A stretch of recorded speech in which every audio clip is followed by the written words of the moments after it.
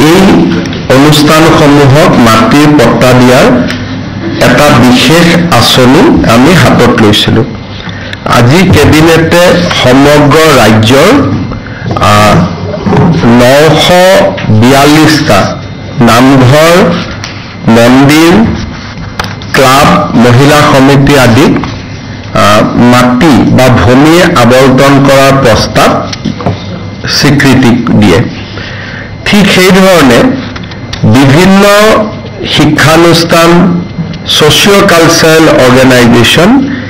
এই শিতানতো 1977টা প্ৰস্তাৱক অনুমোদন দিয়ে।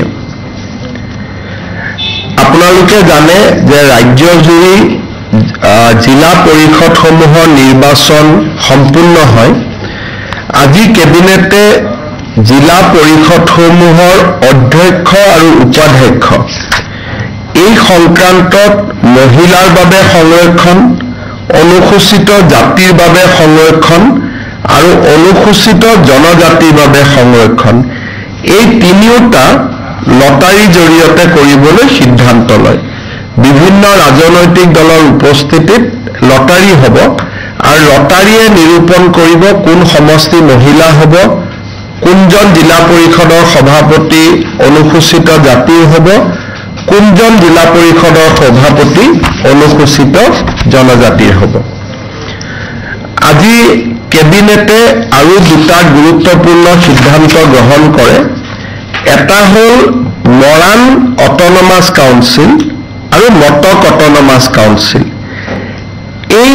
দুইটা কাউন্সিলত আগতে এনেকুৱা এটা আছিলে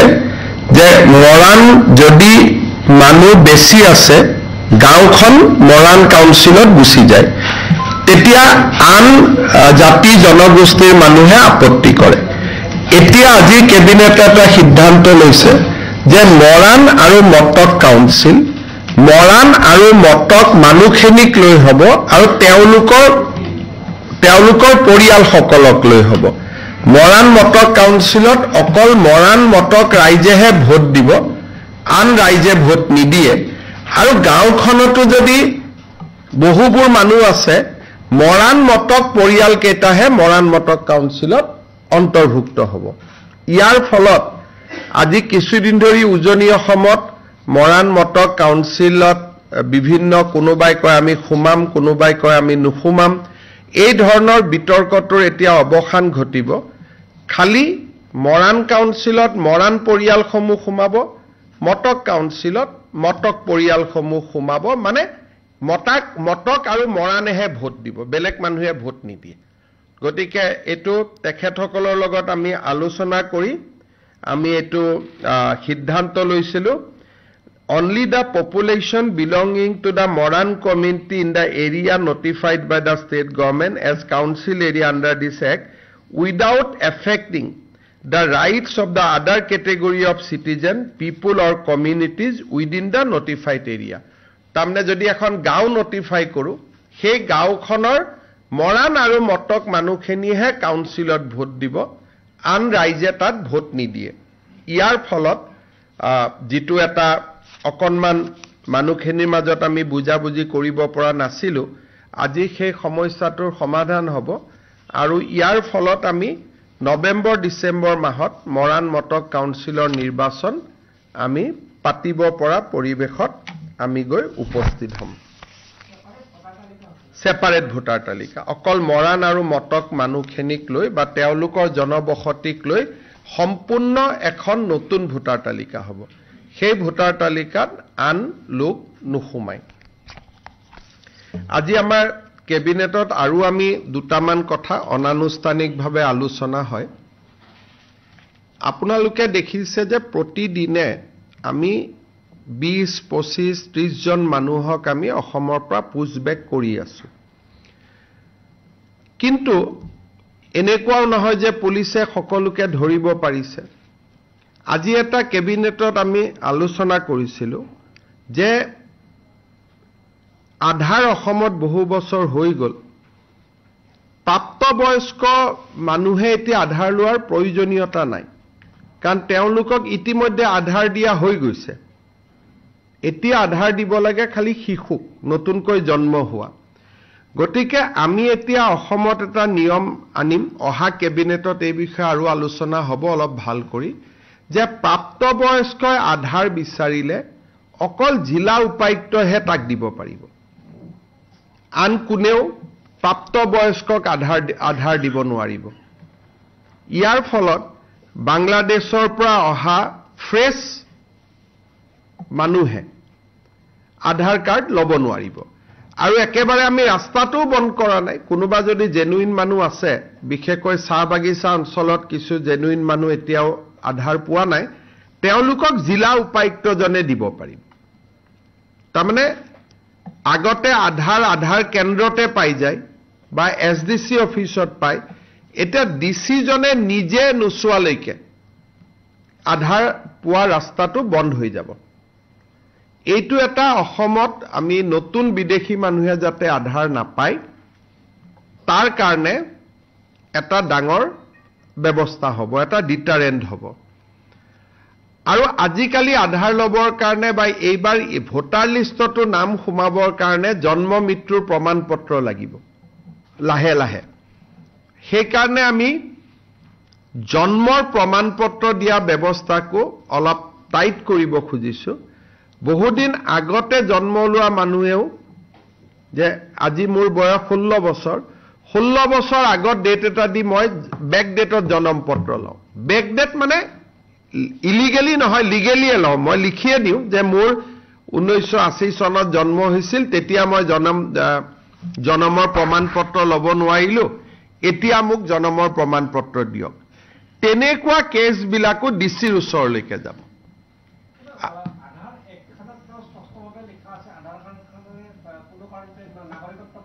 এটা নাগৰিকত্ব প্ৰমাণ নহয় কিন্তু আধাৰখন দেখুৱালেতো ৰেলৰ টিকটো পায় ভোটাৰ লিষ্টতো নাম পায়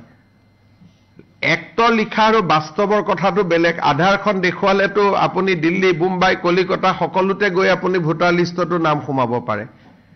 এতিয়া আমাৰ অসমত ভাৰতত গেছৰ সিলিন্ডাৰ ল'ব আধাৰ লাগে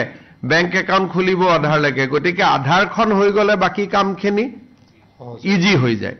আধাৰখনক ব্লক কৰি দিলে বাকি একো কাম নহয় আধাৰখনটো দেশৰ নাগৰিক নহলেও পাব পাৰে যদিহে বৈধভাৱে প্ৰৱেশ কৰে যে মই পাছপোৰ্ট ভিসা দেখুৱালে 3 মাহতকৈ বেছি থাকিলে আধাৰখন মই ল'ব পাৰো কিন্তু অবৈধ প্ৰৱেশ কৰিলে নোৱাৰো গতিকে আমাৰ সমস্যাটো বৈধ প্ৰৱেশক লৈ নহয় আমাৰ সমস্যাটো হল অবৈধ প্ৰৱেশক লৈ গতিকে আমি যদি 18 বছৰৰ ওপৰৰ মানুহক যদি আধাৰ বন্ধ কৰি দিওঁ তেতিয়াহলে আৰু অসমত কোনেও সোমাই ভোটাৰ তালিকাত নাম অমুক এইবিলাক কৰিব নোৱাৰে যোৱাকালিও ৰাতি আমি 20 জন বাংলাদেশীক পুছবেক কৰিছো গতিকে যিটো গতিত আমি বাংলাদেশীক পুছবেক কৰি আছো সেই ক্ষেত্ৰত আমাৰ যিটো প্ৰয়োজনীয় আইনী নিয়ন্ত্ৰণ লাগে সেই আইনী নিয়ন্ত্ৰণটো আমি এই ধৰণে আনিব খুজিছো আধাৰ কাৰ্ড দিয়াটো খুব আমি টান কৰিব খুজিছো অহা কেবিনেটত তাৰ আমি আনুষ্ঠানিক সিদ্ধান্ত লম দ্বিতীয়তে আপোনালোকে গুৱাহাটী উচ্চ ন্যায়ালয়ৰ এপিএসসি জাজমেন্টটো লৈ বিভিন্ন বাতৰি কাকতত লিখা হৈছিল যে তেওঁলোকক চাকৰি ঘূৰাই দিব কোৱা হৈছে যোৱাকালি আমি জাজমেন্টটো পৰীক্ষা কৰিলো চাকৰি ঘূৰাই দিয়াৰ কোনো অধিকাৰ তাত কোনো নিৰ্দেশ গুৱাহাটী উচ্চ ন্যায়ালয়ে দিয়া নাই উচ্চ ন্যায়ালয়ে খালি আমাক এটাই কৈছে যে তেওঁলোকৰ যিখন ডিসচাৰ্জ অৰ্ডাৰ সেইখন নন ষ্টিগমেটিক কৰি পুনৰ এবাৰ ইস্যু কৰিব লাগে তাৰমানে যি আগতে ডিসচাৰ্জ অৰ্ডাৰটোত এপিএসসিৰ কথা লিখা হৈছিল হাইকোৰ্টে ইমানে কৈছে যে আপোনালোকে সেইবোৰ একো নিলিখিব সিম্পলিচিটাৰ ডিসচাৰ্জ অৰ্ডাৰ দিয়ক যাতে মানুহকেজনে ভৱিষ্যতে কৰবাত কামকাজ পোৱাত অসুবিধা নহয় তো ষ্টিগমেটিক ডিসচাৰ্জ অৰ্ডাৰৰ জাগাত সিম্পলিচিটাৰ ডিসচাৰ্জ অৰ্ডাৰ দিব কৈছে গতিকে বাতৰি কাকতত যি ধৰণে কথা ওলাইছিল যে চাকৰি ঘূৰাই দিব কোৱা হৈছে খালি অসম পুলিচত যিখিনি মানুহ আছিল এসিএস টেক্স এইখিনিত তেওঁলোকে কৈছে যে ডিসচাৰ্জ অৰ্ডাৰখন ৰিপ্লেস কৰি দিয়ক কিন্তু এপিএছচিৰ খিনিক তেওঁলোকে কৈছে যে আপোনালোকে চাকৰিত লৈ 3 মাহত ডিপি কৰি আকৌ চাকৰিকেইটাক খেদে ৰাখে আপোনালোকে সিদ্ধান্ত লওক গতিকে জাজমেন্টটো পঢ়ি আমি এতিয়াও তাক পৰীক্ষা কৰি আছো যে অন্তত এপিএছচি পাৰ্টটোৰ কাৰণে আমি সুপ্ৰিম কোৰ্টত যাও নেকি কিন্তু যি ধৰণে প্ৰথম দিনা প্ৰকাশ হৈছিল যে সকলোকে চাকৰি লব দি দিয়া হৈছে সেই কথাটো সত্যৰ ওপৰত প্ৰতিষ্ঠিত নহয় যোৱাকালি আমি প্ৰায় 3 ঘণ্টা জুৰি হাইকোৰ্টৰ অৰ্ডাৰটো আমি বিশ্লেষণ কৰিছো আৰু বিশ্লেষণত তেনেকুৱা বাতৰি কাকতত লিখা আৰু জাজমেন্টত লিখা কথাৰ মাজত এটা ডাঙৰ পাৰ্থক্য আছে এপিএছ খিনিৰ কাৰণে হয়তো যাবলগীয়া হ'ব পাৰে অকল এপিএছ পাৰ্টটো বাকি খিনিত একো নাই আমি খালি অৰ্ডাৰটো বদলাই দিব লাগে আৰু কেনেকে অৰ্ডাৰ দিব লাগে হাইকোৰ্টে হেতুও লিখি দিছে যে এনেকে নহয় আপোনালোকে অৰ্ডাৰটো এনেকে দিয়ক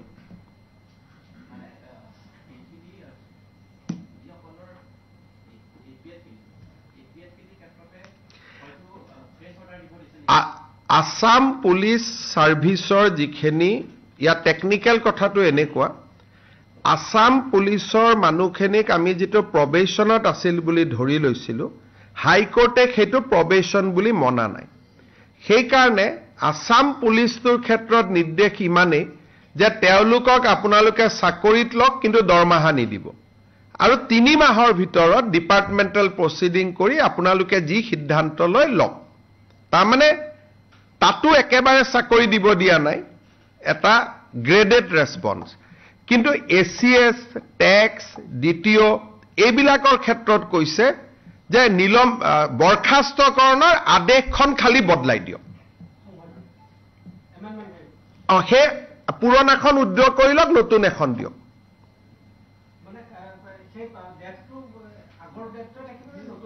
হাইকোৰ্টেটো দৰমহা দিব কোৱাই নাই গতিকে ডেটটোৰ লগত কথা নাই ডেটটোতো আজি ডেটত ওলাব কিন্তু আগৰ খিনিত হাইকোৰ্টে কোনো কোৱা নাই যে আগৰ পৰ্চনটো আপুনি দৰমহা দিব লাগিব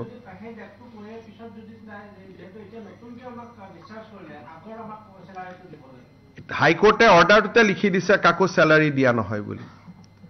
জাজজনে হাইকোৰ্টৰ ডিভিজন বেঞ্চে লগতে লিখি দিছে যে পুৰণা দৰমহা কাকো দিয়া নহব গুটে ৰাস্তাখিনি তেৱে সব ফালৰ পৰা বন্ধ কৰি জাজমেন্টটো দিছে যে পুৰণা দৰমহাও দিয়া নহব আৰু এই যে আজি কেনসেল কৰা আৰু কালি দিয়াৰ মাজত যিখিনি গ্যাপ সেইখিনিও তেওঁলোকক কোনো চাকৰিত আনিব নালাগে বুলিয়ে কৈছে কিন্তু তথাপিতো এপিএছ আসাম পুলিচ সাৰ্ভিসৰ কাৰণে হয়তো আমি সুপ্ৰিম কোৰ্ট যাব লগিয়া হ'ব পাৰে আমি এইখিনিক বিচাৰ বিবেচনা কৰি আছো মানে এপিএছ খিনিৰ যিটো পিৰিয়ড শেষ হৈছিল নেকি এপিএছচি খিনিৰ হাইকোৰ্টৰ মতে পিৰিয়ডটো শেষ হৈছিল প্ৰবেশন অসম চৰকাৰৰ মতে হোৱা নাছিল গতিকে সেই পইণ্টত হাইকোৰ্ট আৰু অসম চৰকাৰ মিলা নাই পুলিচৰ ক্ষেত্ৰত বাকি মেজিষ্ট্ৰেট ট্যাক্স ট্ৰান্সপোৰ্ট এই দুইটা ক্ষেত্ৰত অসম চৰকাৰ আৰু হাইকোৰ্টৰ মাজত বহুত পাৰ্থক্য নাই খালি এটাই কৈছে আপুনি মই ইংৰাজীত বস্তুটো কৈছো যে স্টিগমেটিক অৰ্ডাৰৰ জাগাত সিম্পলিসিটাৰ দিও তাৰ মানে একো নিলিখিব এপিএছচি টেপিএছচিৰ কথা মাত্ৰ লিখিব যে এওঁলোকৰ কামত আমি সন্তুষ্ট নহয় কাৰণে চাকৰিৰ পৰা বিদায় দিলো যদি এপিএছচিৰ কথাটো লিখো তেতিয়ালে মানুহকেজনক কোনেও ভৱিষ্যতে চাকৰি নিদিব হাইকোৰ্টে ইমানে কৈছে যে অসম পুলিচত নহয় কোনবাই ৰিলায়েন্সত লব খুজিলে অমুকত লব খুজিলে এনেকুৱা এখন অৰ্ডাৰ দিয়ক যাতে তেওঁলোকৰ ভৱিষ্যত কিবা কাম কৰিব খুজিলে ক্ষতি নহয় ইমানে গতিকে আপোনালোকে যি ধৰণে অৰ্ডাৰটো প্লেস কৰিছিলে মানুহৰ মাজত সেইটো আৰু লিখা অৰ্ডাৰটোৰ মাজত বহুখিনি পাৰ্থক্য আছে এপিএছৰ কাৰণে এটা যোৱাটো হ'বলে নহ'ব আলোচনা কৰো এটো কিহৰ কাৰণে মইতো কালি হাৰা টাইপতে বহিছিলো নহয় বহুতে পিছত কাগজখন পঢ়োতে দেখিলো যে পেপাৰত লিখা আৰু ইয়াৰ বহুত পাৰ্থক্য মইতো সগ হৈ গলো কালি দেখি মইতো আপোনালোকৰ মতে সুইম কৰি গৈছিলো গতিকে কালি যেতিয়া অৰ্ডাৰটো পঢ়ি দেখিলো যে পেপাৰ আৰু ডিথকটোৰ মাজত বহুত পাৰ্থক্য আছে গতিকে মোৰ কাৰণে শক টাইপ হৈ গল সেইকাৰণে মই কলো যে আৰু অলপ ভাল কৰি পঢ়ক আৰু এপিল কৰিবৰ কাৰণে আমাৰ হাতত 30 দিন সময় আছে আৰু চাকৰিত যদি পুলিচ খেনিক লব লাগে 50 দিন সময় আছে সেইকাৰণে আমি 7 দিন 10 দিন আৰু বিবেচনা কৰি লম মুখ্যমন্ত্ৰী মহোদয় মোৰ এটা কনফিউজন হৈছে ACS খিনিৰ ক্ষেত্ৰত এইটো ডিপি কৰিব দিছে নে নাই সাৰ্ভিচ APS খিনিৰ ক্ষেত্ৰত দিছে তেওঁ নাম কাৰো দিয়া নাই তেখেতে খালি বুজাই দিছে প্ৰবেশন পিৰিয়ড শেষ হোৱা তেওঁ কৈছে যাৰ প্ৰবেশন পিৰিয়ড শেষ হৈছিলে তেওঁৰ ক্ষেত্ৰত ডিপি কৰক যাৰ প্ৰবেশন পিৰিয়ড শেষ হোৱা নাছিলে তেওঁলোকক মাত্ৰ ডিসচাৰ্জ অৰ্ডাৰখন বদলাই দিয়ক এতিয়া আমি যেতিয়া চাৰ্ট এখন বনাই চালো যে প্ৰবেশন পিৰিয়ড কাৰ শেষ হৈছে আৰু কাৰ হোৱা নাই পুলিচৰ ক্ষেত্ৰতে অকল শেষ হৈছিল গতিকে যদি আমি সুপ্ৰিম কোৰ্ট যাবও লাগে পুলিচৰ ক্ষেত্ৰত আৰু যদি গভৰ্ণমেণ্টে ভাবে আমি সুপ্ৰিম কোৰ্ট নাযাওঁ ডিপি এটা কৰি 3 মাহত শেষ কৰি দিম হেতুও কৰিব পাৰে গতিকে তেখেতে দুইটা ৰাস্তা খুলি দিছে যে আপোনালোকে 3 মাহত ডিপি কৰক আৰু 3 মাহৰ দৰমহাও তেওঁলোকক নিদিব আৰু চাকৰিত জয়েন কৰাই দায়িত্বও নিদিব মাত্ৰ 3 মাহ এটা ৰুমত তেওঁলোকক ৰাখি দিয়ক আৰু 3 মাহৰ ভিতৰত ডিপিটো শেষ কৰি দিয়ক গতিকে আমি সুপ্ৰিম কোৰ্টত নগৈও 3 মাহত শেষ কৰিব পাৰো কিন্তু নৈতিকতাৰ আধাৰত যদি আমি কওঁ যে নহয় অৰ্ডাৰটো আমি ভাল পোৱা নাই আমি তথাপিতো সুপ্ৰিম কোৰ্ট যাম আমি যাব পাৰো কিন্তু মই শুনা মতে অফিচাৰকে যিখিনি ডিসচাৰ্জ অফিচাৰ আমি যাওঁ বা নাযাওঁ তেওঁলোকহে এতিয়া সুপ্ৰিম কোৰ্ট যাব যেহেতু তেওঁলোকৰ কোনো লাভ গোটেই জাজমেণ্টৰ পৰা নহল জেপিসিৰ কথাতে এটো এই প্ৰক্ৰিয়াটো কেতিয়াৰ ভিতৰত সম্পন্ন হ'ব এতিয়া আজি আমি ৰুলখন এমেন্ড কৰিলো আগত আছিলে যে য'ত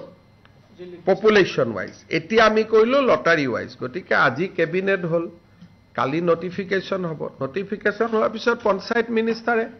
6-7 দিন 3 দিনত যেতিয়াই কৰে ৰাজনৈতিক দলসমূহক মাতিব লাগিব চিঠি এখন দিলে 72 ঘণ্টা সময় দিব লাগিব এটো প্ৰক্ৰিয়া আৰু আজি কেবিনেট হৈ গল ৰাতি মই মেমৰেন্ডামখনত সহি কৰি দিম কালি পৰখি ৰুলখন উলিয়াব তাৰ পিছত কমিছনে ডিপাৰ্টমেণ্টে নোটিছ দিব লটাৰীৰ কাৰণে ৰুম এটা ঠিক কৰিব পলিটিক্যাল পাৰ্টিখিনিক মাতিব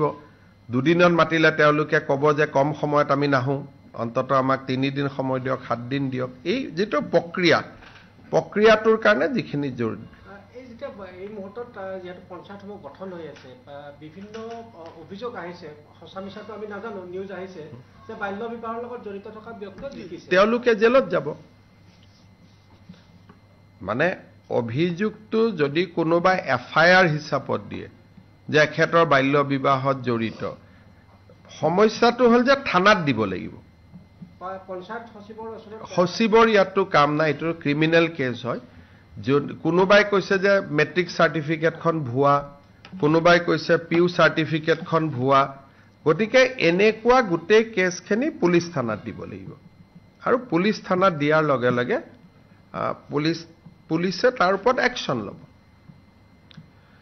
শেষত আমাৰ যেটো কথা ক'ব খুজিছিলো যেটো বোকাখাটত গ্ৰেনেড বিস্ফোৰণৰ ঘটনা আছিল এই ঘটনাৰ লগত জড়িত গোটেই কেইজন ব্যক্তিক আৰক্ষীয়ে গ্ৰেপ্তাৰ কৰিছে আৰু যেটো পৰিকল্পনা আছিল বোকাখাট গুৱাহাটী গোলাঘাট গুৱাহাটী তেজপুৰ আৰু লখিমপুৰত এখেতসকলে গ্ৰেনেড ব্লাষ্ট কৰিব খুজিছিল আমি এটা গ্ৰেনেডটো ব্যৱহাৰ হল বাকি গোটেই কেইটা গ্ৰেনেড আমি উদ্ধাৰ কৰিছো লগত এটা পিস্তল এটাও আমি উদ্ধাৰ কৰিছো আৰু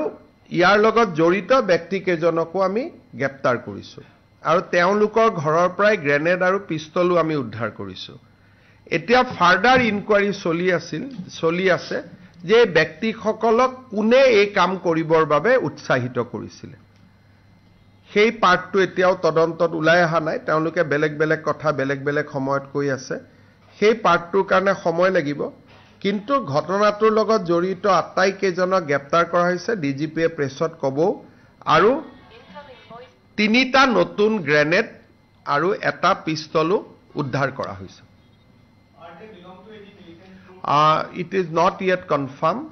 because apparently these people are not involved with any militant group but one was a former alpha militant but he was in jail for a long time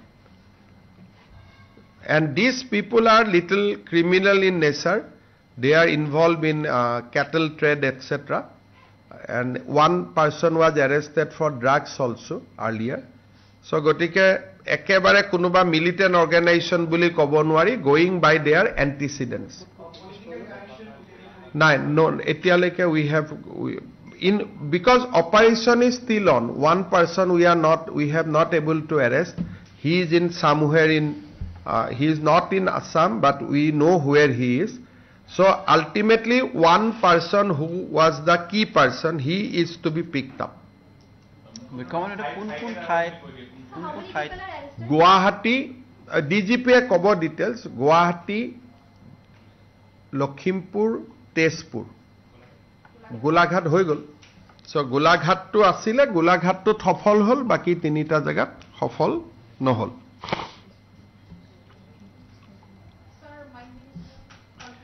mine মিনিষ্টাৰৰ conclave আছিল তাত মাইন আৰু কোল মিনিষ্ট্ৰীৰ কনক্লেভ আছিল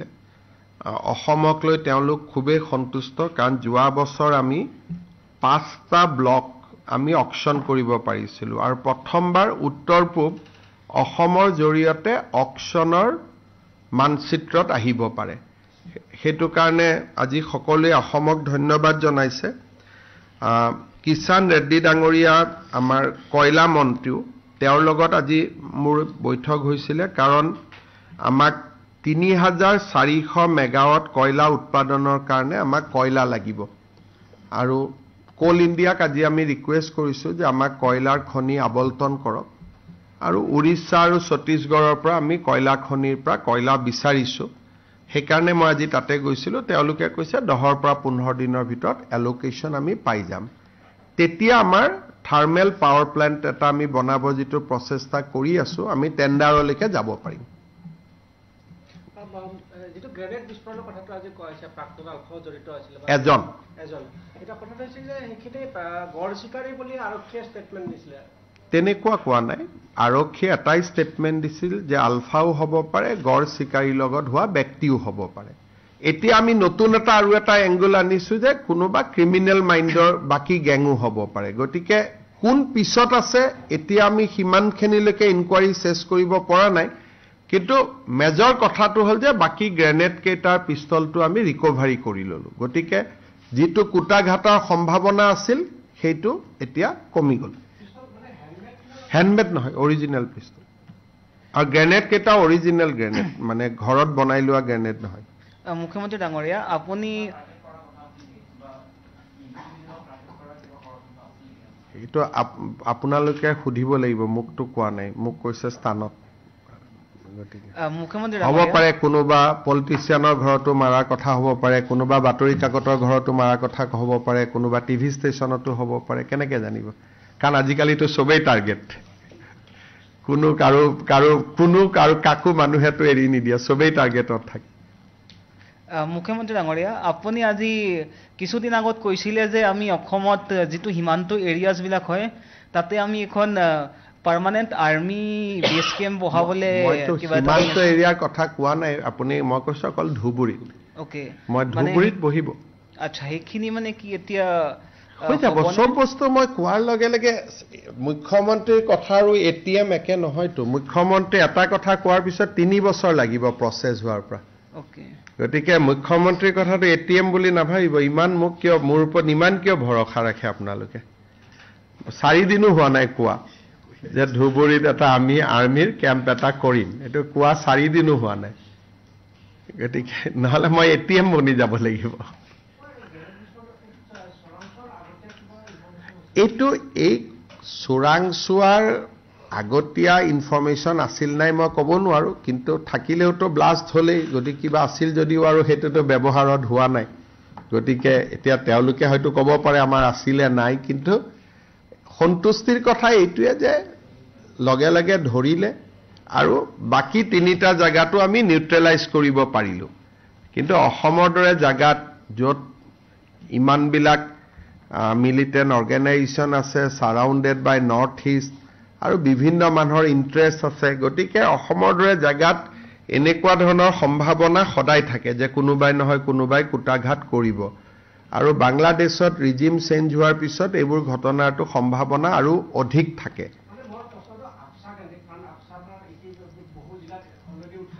চাওক এটা বা দুটা ঘটনাৰ লগত আপচাৰ কোনো সম্পৰ্ক নাই আপচা উঠোৱা আৰু নুঠোৱাৰ ঘটনাটো লাগিব যেন একেবাৰে প্ৰলং ইনচাৰ্জেন্সি গতিকে এনেকুৱা এটা দুটা ঘটনাৰ লগত আপচাৰ প্ৰত্যক্ষ কোনো সম্পৰ্ক নাথাকে আৰু এতিয়া আমি আপচা যেহেতু উঠাই দিছো এটা ঘূৰাই অনাৰ কথাও নাই হ'ব কোনটো হৈ গ'ল আৰু অসমীয়াতে ক'লো আৰু মই হিন্দীত কৈনো কিয় অসমৰ বেয়া কথাবিলাক প্ৰচাৰ কৰি দিওঁ গতিকে যিমান অসমীয়াৰ পৰা যিমান ইংলিছ কৰিব পাৰে কৰিলে মই সেইকাৰণে কথাখিনি জানি বুজিয়ে কৈছো যাতে বাহিৰত কথাটো বেছিকৈ প্ৰচাৰ নহয় নহলে ইণ্ডাষ্ট্ৰি বহাব মানুহবোৰ নাহা হ'ব নহয় সেইকাৰণে কিছুমান কথা মই জানি বুজিয়ে অসমীয়াত কওঁ टुडे हम लोग आज असम सरकार में कैबिनेट बैठक में ये चर्चा हुए थे कि